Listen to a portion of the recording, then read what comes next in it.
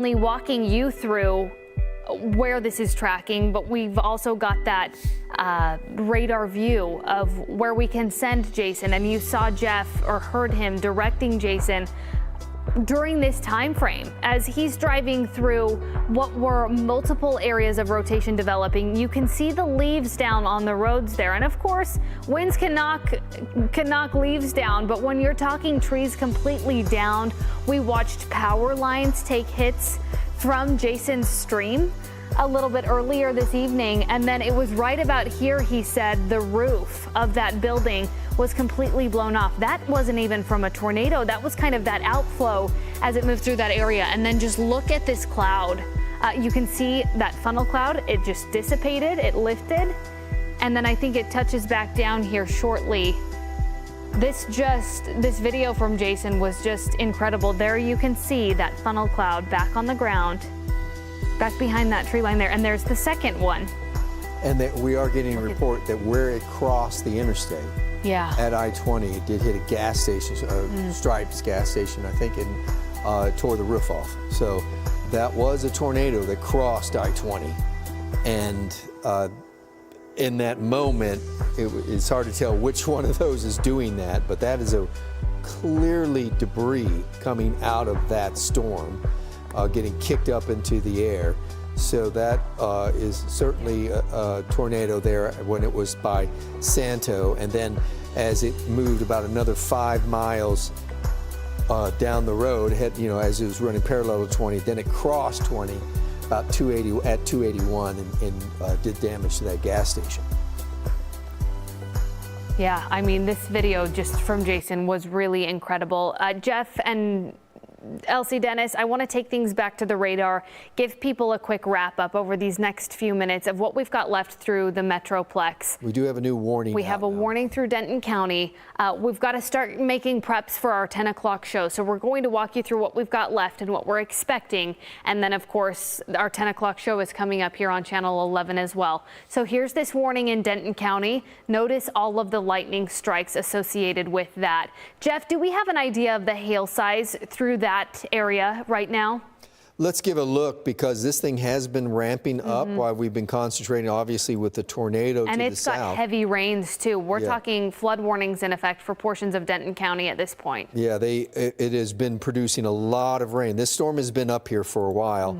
The hail is not that impressive, but it is covering a large area. There's a lot of lightning and, of course, the heavy rain. If we could just look at the 3-hour rainfall, you can see this is what it was doing over by Wise County, and now it's over here in the western half of Denton County, and it's been producing this rain that's the 3-hour amounts are closing in on 3 inches, certainly 2.5, in some areas 3, and now this is where it is now, producing that kind of rain.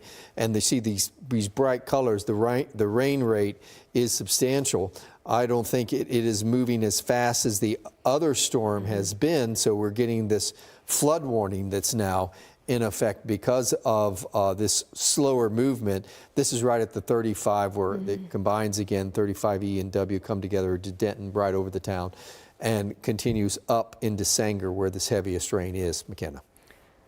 Heavy rains, as Jeff is mentioning there. I'm getting an update on the hail size right through that. It looks like this severe thunderstorm warning really in effect for 60+ mile/hour wind gusts. On top of that, we've got quarter-sized hail, which can absolutely still do some damage there, but that is that lower end severe. So as this storm continues to advance to the east, we're going to keep an eye on it closely as we get into our 10 o'clock show. That's moving through places like Denton, Charter, into Corinth, Lake Dallas, eventually into Highland Village, Little Elm, and Oak Point, Louisville, just kind of on the southern edge of that. So that's that Denton warning, some heavy rains through there with some flood warnings in effect.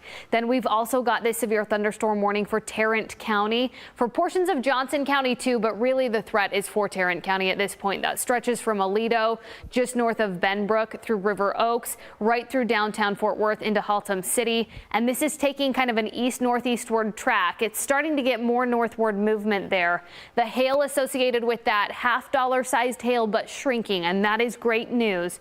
and then 60-mile-per-hour winds with this. We are watching this storm weaken as it moves farther to the east, again into a much less favorable environment. We don't have that daytime heating at this point, and as we lose that component, that's one of those ingredients we need to maintain that instability. Instability is what we need to maintain the strength of those storms. So we're going to make these final preps for our 10 o'clock newscast, which is coming up in about 30 minutes. Again, these storms are moving to the east-northeast. We do still have severe sized hail right around the size of quarters with that cell that's moving through Tarrant County and the cell moving through Denton County. We've also seen heavy rain rates and we've got the frequent lightning. So it's nothing you want to be outside in, but a reminder at this point, our tornado warnings have expired. We are not seeing rotation, and that is of high importance there. We will continue to watch this radar as we get into our 10 o'clock show and beyond. And then we head into tomorrow, where we've got another threat for this strong to severe activity. And that's something we'll watch really between the hours of about 4 o'clock tomorrow afternoon and about 10 o'clock tomorrow night. So the First Alert Weather Team will bring you up to date with all of that. We've got meteorologist Lauren Bostwick in the morning, and then Jeff and I will be back during the evening. But first and foremost, we have our 10 o'clock show coming up in just about 30 minutes. So please join us there on Channel 11. Jeff, great job. We had Jason, and we want to extend a special thanks to him as well. It was very dangerous there for a while for Jason, and we were certainly glad he was out and showing us what was happening underneath that storm. We'll see you at 10 o'clock. Please join us.